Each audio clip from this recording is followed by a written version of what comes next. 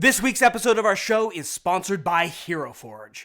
HeroForge lets you design fully customizable miniatures for your role-playing game characters. Using their web-based 3D character building platform, you can fully customize your character's appearance, choosing from hundreds of weapons, armor, and equipment, then positioning them in a dramatic pose. HeroForge has options for virtually any character you can imagine, and we love having a completely customizable miniature that really captures the vision we have for our character right on the tabletop. Your original miniatures 3D printed to order and shipped to your door. The miniatures are finely detailed, durable, and an absolute joy to paint. You can even download digital STL files to use with your own 3D printer. You can start creating a miniature for your next character right now at HeroForge.com. And be sure to use the discount code DungeonDudes when you check out to save $5 off your first premium plastic miniature. And now, on to this week's episode. Greetings, my name is Monty Martin. And I'm Kelly McLaughlin. And we are the Dungeon Dudes. Welcome to our channel where we discuss everything Dungeons & Dragons, including advice for players and guides for Dungeon Masters. We upload new videos every Thursday, so please subscribe to our channel so that you never miss an episode. Deep within the steaming jungles and trackless deserts lies an ancient and forgotten empire. Humans transformed via dark rituals and devotion to Dendar, the Night Serpent. They are the Yuan-ti, and for countless generations they have waited and watched, hatching nefarious plots and deceptions that one day will come to dark fruition. Yuan-ti have been introduced to Dungeons & Dragons as a playable race, and these ruthless, emotionless, twisted human forms developing snake-like features will stop at nothing to see the rise of their empires in the worlds of Dungeons & Dragons. But how you are going to play that at your table is what we are going to discuss today. The Yuan-ti were introduced in Volo's Guide to Monsters, specifically the Yuan-ti Pureblood as a player character option. Today we are going to be looking at the different traits of the Yuan-ti Pureblood found in Volo's Guide to Monsters and discussing the different role-playing ideas and class options that you might have in mind when making a Yuan-ti for your next player character in a Dungeons & Dragons campaign. There's lots to discuss, so let's get rolling.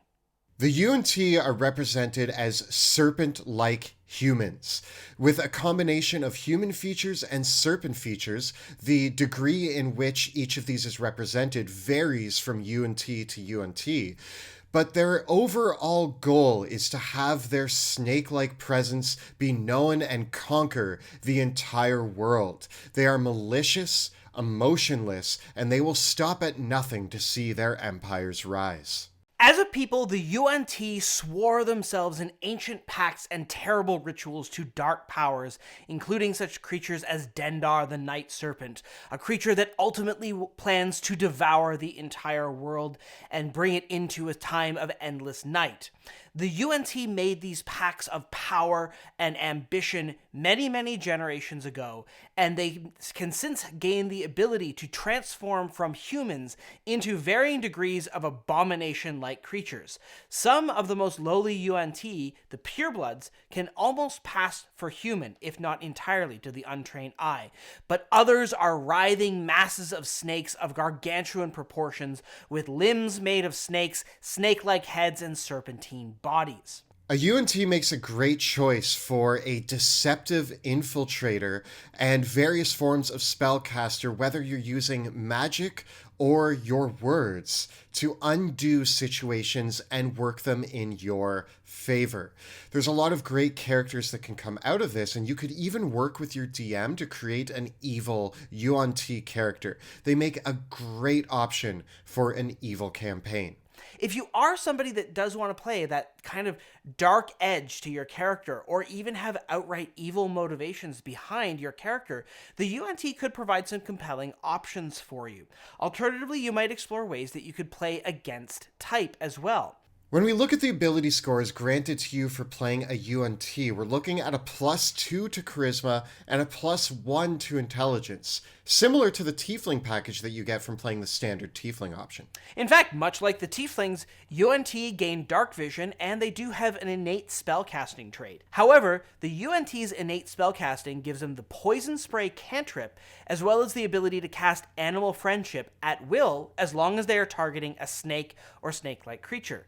Starting at 3rd level, the Yuan-ti gain the ability to cast Suggestion once per day, which is a fantastic spell no matter what character you are playing. Next up, we come to some incredible traits that really make the Yuan-ti stand out. The first of which is magical resistance, which grants them advantage on saving throws against spells and magical effects that target them. The second ability that they have is outright poison immunity. They cannot be affected by poison damage, nor do they ever suffer from the poisoned condition. These are 2 amazing traits that will come up time and time again in almost any campaign. They may have a lot of defenses in these terms, but a Yuan-ti player can still fall pretty hard to a very heavy sword. Indeed, the Yuan-ti traits give them no benefits to anything to deal with melee combat, dexterity, constitution, stealth, or otherwise. While they have this really strong resilience in the areas of spellcasting and poison damage specifically, they don't really have anything to stand up against other effects that might attack their bodies themselves. At the end of the day, in the games of Dungeons & Dragons, we want balance in all things, and the give and take here is still making the Yuan-ti an incredible option for somebody looking for that infiltrator who's very resistant to spells and poison. It's a really cool package and can make some really awesome characters. So, with all this in mind, Kelly, what do you think are some of the great classes that you might consider if you're going to roll up a Yuan-ti character? With them lending themselves to the magic resistance, the poison resistance, and also the +2 charisma and +1 intelligence, Yuan-ti seem to be favored in a magical sort of way. The +2 to charisma and +1 to intelligence actually means that majority of spellcasting classes are actually a really great choice. My top picks would be something like a sorcerer or a warlock. A Yuan-ti warlock of the Great Old One, where the Great Old One is a creature like Dendar the Night Serpent, is as natural a fit as a tiefling warlock of Asmodeus or a demon lord. It just is right there, textbook example of what exemplifies these people. On the flip side, the sorcerer is another really natural fit that befits the ambition and magical powers of the Yuan-ti. And I think in almost either case, you're going to want to load up on great deceptive spells and take advantage of all those charisma-based features that you have in the classes that are boosted by your racial traits. If you wanted to play against type, they would also make excellent bards, paladins, or if you wanted to use that intelligence, you could go the route of a wizard or artificer. A Yuan-ti paladin might seem very much against type, but that's not to say that it isn't possible and that your Yuan-ti couldn't have left to become a paladin. Or that you are a Yuan-ti paladin of conquest that represents the more militant arm of the Yuan-ti empires. I think that that would be a really excellent fit for the Yuan-ti. A really weird way to go about it would actually be a Yuan-ti paladin of redemption, because the Oath of Redemption actually really emphasizes the non-combat and kind of pacifist elements of the paladin class and are pretty good spellcasters. And I could see a really interesting way of turning that completely on its head and turning that into a manipulator that tries to downplay conflicts in order to be a navigator through the difficult situations that the Yuan-ti face. When we look at the Yuan-ti, they have cyclopean cities in the middle of deserts and desolate wastelands. Somebody's got to build all of that, so a Yuan-ti artificer might also be an excellent choice to have a Yuan-ti who is in charge of designing and building for their civilization. The Yuan-ti also have a natural proclivity for poison. And we could imagine a Yuan-ti artificer who is the master of creating arcane poisons, perhaps using the alchemist subclass as the basis for creating a Yuan-ti artificer poisoner type archetype. Although not the ideal choice, I also think that if we went the route of the wizard and focused on poison spells, it could be a really fun dynamic for a Yuan-ti player to just be dishing out poison all over the place. It is a really interesting idea to be be like a Yuan-ti necromancer of some kind as well, and have a bunch of necromantic allies that you summon up undead and then cast Cloud Kill, because you could stand in your own Cloud Kill while your necromantic allies and your animated zombies protect you in the Cloud Kill. You can't see through the own spell, but it doesn't matter. Your enemies are choking to death. Even though the Yuan-ti stats don't lend themselves to it, a rogue or a ranger might make a really cool Yuan-ti. When I think about it from a creation standpoint, the archetype that you're creating with a rogue Yuan-ti is really vivid in my mind and can make some really cool player characters. Yeah, a rogue that uses poisons like an assassin rogue or an arcane trickster rogue, and then you are taking advantage of the intelligence boost there that uses the illusion spells, uses spells like suggestion as well as part of their arsenal. I think a rogue is a perfect fit for a Yuan-ti adventurer. And while the stats don't line up really at all, I do really like the idea of a Yuan-ti Way of Shadow monk. This is quite against type, but it actually fits really, really well in my mind of a Yuan-ti Circle of the Moon druid who simply chooses snake-based forms and other reptiles to transform into exclusively. And you could even see reflavoring this as a Yuan-ti that is exploring the mutagenic capabilities of their own body.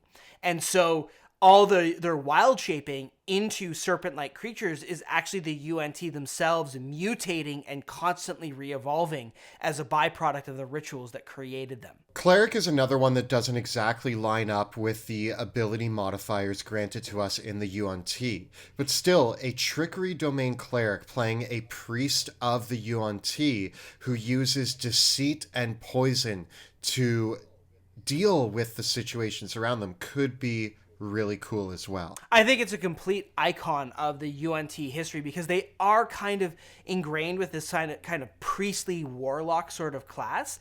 And I like to imagine that Yuan-ti society is really organized around the warlocks and the priests that lead their people in the worship of Dendar the Night Serpent. When we look at playing a Yuan-ti, we don't have to make them an evil character that is aligned with the Yuan-ti mentality. There are options in here to fit them better into a good aligned party. If we just use our imagination a little, talk to your DM when you're creating your character, you might be able to come up with a lot of role-playing options that can help create a Yuan-ti who would work well in a party environment. Maybe you're playing against type and your Yuan-ti was converted into a pureblood against their will and escaped, and is now looking for vengeance against the Yuan-ti order. Yeah, perhaps being transformed into a Yuan-ti is not necessarily permanent and is the result of a magical curse of some kind. And maybe your character grew up as a human and is seeking to undo their transformation before they devolve into one of the more monstrous Yuan-ti types and lose all sense of control and their own sense of humanity. So perhaps the transformation was incomplete for your character and they are resisting the Yuan-ti Empire itself. You could also look at playing a Yuan-ti who is following the idea of the enemy of my enemy is my friend. In this case, if you have a campaign that is set up with a global threat, perhaps you are the member of that Yuan-ti stronghold that was sent out to make sure that Tiamat doesn't take over the world because your gods need to instead. So you work well with the other players because you have a common goal. Evil is not monolithic by any means, and it is possible to play an evil player character that ultimately serves a pretty dark purpose, but doesn't really act on those through the majority of the campaign, simply because their interests for the moment align with the overall goals of the entire party. Maybe one day you will betray your player characters, but not until the villains at hand are defeated and the time that Dendar the Night Serpent will rise and devour the world is actually upon us. Now, the Yuan-ti presented in the book is the Yuan-ti pureblood, who looks virtually almost human, maybe with a few features like snake-like eyes or a split tongue or something of that sort. there's not really anything to tell us that we can't add a few extra features and change the physical appearance of our Yuan-ti. I'm even thinking something closer to the Argonians from Skyrim could be a great choice for how you want your character to look. There's a lot of different ways you could go with this, and again, talking to your DM might open up the options for how you want to play and how you want to imagine your Yuan-ti. One of the other things that I also think is a really cool opportunity to twist the Yuan-ti in an interesting way is to reflavor the Yuan-ti as a playable Medusa or Gorgon-like race, and have player characters that have snake-like hair instead, and that they just haven't awakened the petrifying gaze that is iconic to that character race. I really like the idea of playing a Medusa-like Yuan-ti character using the stats of a Yuan-ti and having the snake hair and everything like that, and having like the poisonous fangs and everything. I think that'd be a fantastic archetype for a character to explore, and a way that we could completely revise the place of the Yuan-ti in our campaign world as well. If a player character decides to play a Yuan-ti in a setting that doesn't have them as a prominent fixture in the world, you could also look at them as a experiment done by wild mages, or some sort of magic gone wrong, mutation gone wrong. They could be more of a one-of-a-kind situation, or maybe a very limited amount of them exist in the world based on some sort of corruption in magic or something of that sort.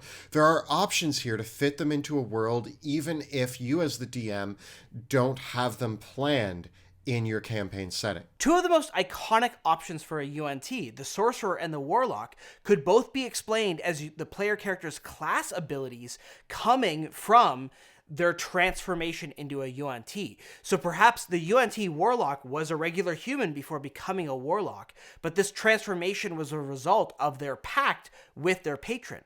By the same token, the Yuan-ti Wild Magic Sorcerer might have been a regular human, but been transformed by an act of wild magic. So we don't necessarily have to play right to the type, and we can explore other ways that our characters became this strange and monstrous snake-like person. So this has been a look at the Yuan-ti as a playable race in Dungeons & Dragons 5th edition.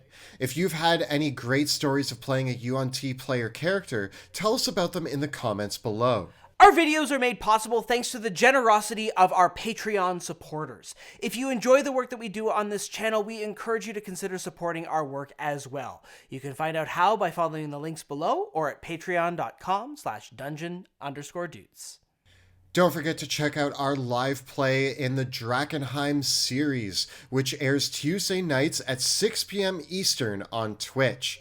You can find all the previous episodes of that show right up over here. And we have plenty more videos taking an in-depth look to the myriad of peoples that inhabit the worlds of Dungeons & Dragons right up over here. Please subscribe to our channel so that you never miss an episode. Thank you so much for watching, and we will see you next time in the dungeon.